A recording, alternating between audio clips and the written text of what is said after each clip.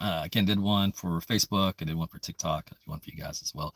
Just a little short little recap what's changed in the weather data as we head into our weekend and into next week. See what's new or old or the same old, same old. So a little bit of a change. Again, the status quo kind of drizzly, foggy, gross. For today. Same thing, 40s out there for temperatures, some 50s. And then tomorrow morning, cold front comes in, so it'll be colder on our Saturday, and still lots of 40s though. And then on Sunday, we're in the 30s. Now, the key here is different. That started trending last night, and we'll see how it goes in the data today.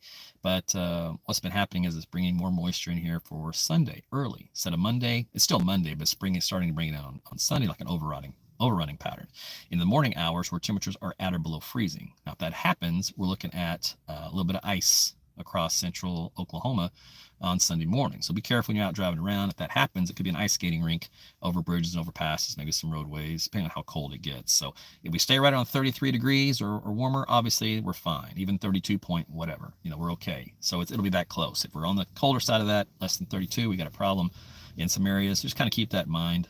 You're traveling around on Sunday morning, that may be something you have to deal with. So that's a little bit of a change in the forecast that has trended that direction. Outside of that, getting cold for the day, and then Monday cold in the 30s as well. And there's, the models are struggling with how cold it will be on Monday.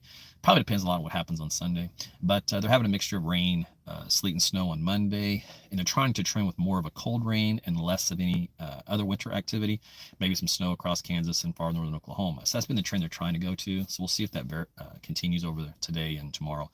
But again, it's at least for a little bit of a light wintry mix. And then Tuesday night and Wednesday is the next storm system, which is a lot bigger, a lot stronger, and that one looks more formidable. So we're talking more of a widespread area of freezing rain, sleet, and some snow on Wednesday. And so there might be some serious accumulations of snow out of the system for Kansas, Missouri, and maybe even parts of northern Oklahoma. We'll see. Depends on how far south that snow line goes versus getting all sleet or some freezing rain. But Wednesday's like a pretty decent winter storm here across Oklahoma and surrounding areas. And then we'll fine tune as we get closer to the event.